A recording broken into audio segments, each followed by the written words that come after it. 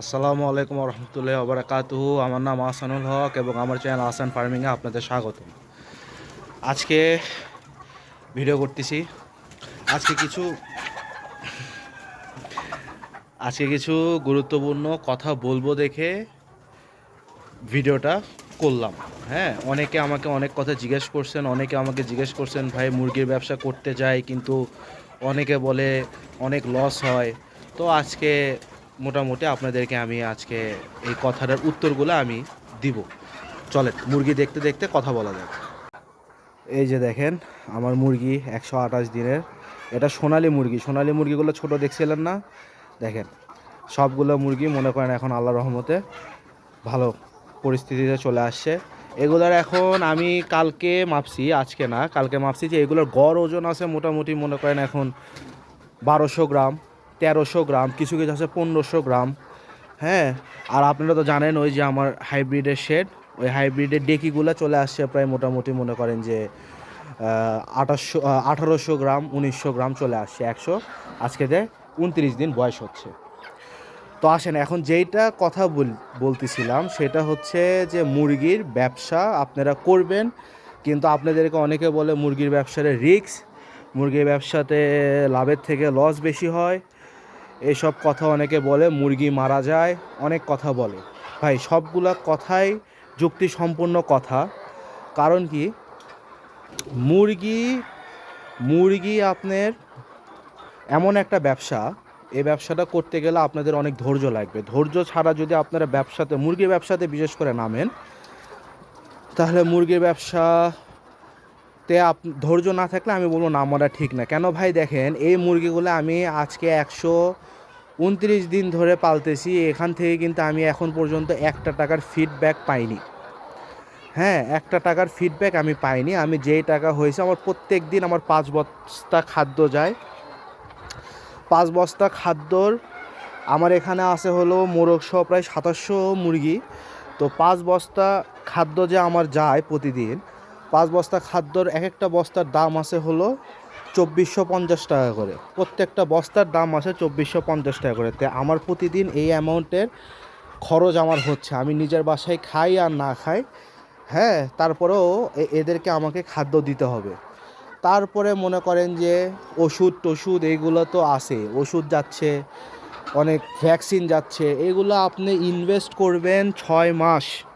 আমরা ধরে রাখি 6 মাস, বাট মুরগি 145 দিনের পর থেকে আস্তে আস্তে ডিম দেখা দেয়। তারপরে 160 দিনে মনে করেন যে মোটামুটি মুরগির ফুল প্রোডাকশন চলে আসে। তারপরেও আমরা ধরে রাখি যে 6 মাস এই মুরগির পিছে আমাকে ইনভেস্ট করে যেতে হবে। 6 মাস পর থেকে এখান থেকে আমি ডিমের বাজার ভালো যখন পাবো, তখন আমি এখান থেকে প্রফিটে আসতে পারবো। মানে ওই টাকা যেটা ইনভেস্ট করছি ওইটা ওখান থেকে উঠতে হবে। আর মুরগির ব্যবসার নিয়ম হলো যে আপনি ওই টাকাটা উঠাবেন ডিম বিক্রি করে, বা আপনারা যদি সেটিং দিয়ে বাচ্চা বিক্রি করে। আর এই যে মুরগিটা থাকবে, এই মুরগিটাই যদি আপনার থাকে, এই মুরগিটা পুরোটাই যেটা আপনি বিক্রি করবেন এটা আপনার প্রফিট। এটা হলো মুরগির ব্যবসার মেইন মন্ত্র। এটা হলো মেইন মন্ত্র। এই হিসাব করে আপনি ডিম থেকে লাভজনক হবেন ওই হিসাব করে না। এমনও হতে পারে যে মুরগি বিক্রি করে অর্ধেক আপনার টাকা উঠতেছে, অর্ধেক আপনার লাভ হচ্ছে। এটা হলো মেইন মন্ত্র। এখন মরে যাওয়া বা যেগুলার ব্যাপার, ভাই মুরগি পালতে গেলে আগে মুরগির ভাষা শিখতে হবে। যদি মুরগির ভাষা শিখতে না পারেন তাহলে ওই মুরগি পেলে কোনো লাভ নাই। হ্যাঁ, দেখেন আমি পিছে পিছে আসতেছি, আমার পিছে পিছে সব আসতেছে। তো মুরগি, এই মুরগিগুলোর ভাষা আপনাকে বুঝতে হবে, মুরগির ভিতরে আসতে হবে, প্রতিদিন আপনাকে সময় দিতে হবে, প্রতিদিন আপনাকে বুঝতে হবে যে প্রতিদিন এদের কি অবস্থা হচ্ছে। হ্যাঁ, প্রতিদিন কি অবস্থা হচ্ছে, প্রতিদিন এদেরকে দেখে আপনার বুঝতে হবে এদের কোনো অসুখ বিসুখ আছে নাকি, এদের কোনো আছে নাকি, এগুলো আপনাদেরকে কি করতে হবে, বুঝতে হবে। যদি না বুঝেন তাহলে মনে করেন যে মুরগির ব্যবসাতে আপনার লসের সম্মুখীন হবেন। কেন, এটা অবলা প্রাণী। হ্যাঁ, দেখেন আমি আসবো, পিছে পিছে এরা আসবে, এরা হলো অবলা প্রাণী। এদের ভাষা আপনাকে বুঝতে হবে আর ধৈর্য নিয়ে করতে হবে।